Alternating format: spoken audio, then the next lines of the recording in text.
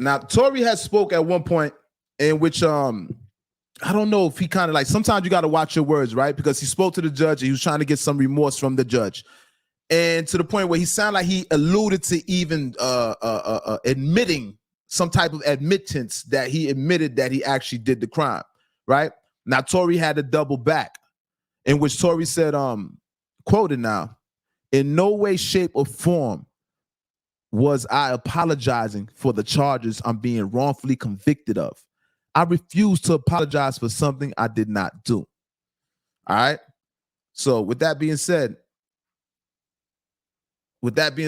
Tory's still saying that he's not guilty. And I know that definitely he should have never said anything that was even, because I know there's the thing called an appeal. All right. So Tory still is going to try to appeal this case, in which you don't want no evidence. You don't want to give the prosecutors no type of ammo, especially something that could be used as admittance. All right. And that's Tory kind of treads the line with that at times. I seen when he was speaking to the girls from behind bars, he said something which prior to, at first, when I seen the Megan Thee Stallion Tory thing, I'm gonna agree with you. I'm gonna be real with you. I gotta be real. All right. I was more on Tory's side. But as more things started revealing itself, I started seeing more and more information. The one thing that was that sealed it, that was the nail in the coffin, was hearing Tory speaking from behind the cell.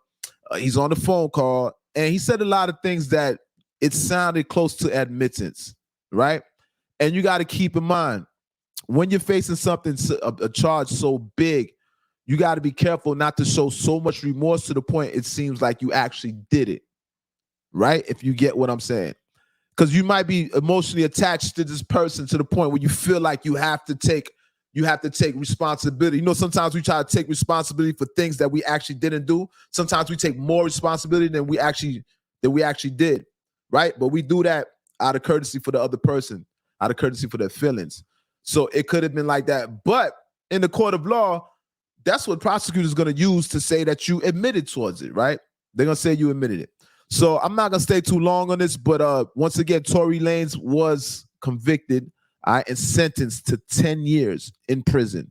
He has to serve 85%, all right? And he got some time served. So Tory may be home in 7, but once again, he's facing deportation, all right? Shout out to Tory Lanez. You know what I mean? You know, I think at this point, it's God's will. I have no control over this. It's for Most High to show you mercy at this point, brother. And you guys, if you don't know, this is a clout chasing move. He's a victim of clout chasing. What Tory actually tried to do was he tried to do a 3-in-1, right? He tried to do the triple double. Tory tried to hit a triple double. Tory already hit Meg the Stallion's friend.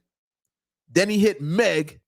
Then he was triple doubling. He was going for Kylie Jenner. All right. It was a triple double that he was trying to accomplish there. And he was this close to accomplishing it. But his ego got involved.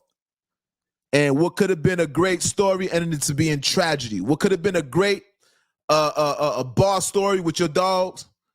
You know, we share stories about, yo, wooty woo, I hit her friend and wooty woo. You know, we do that as men. Those are stories that we have, ladies.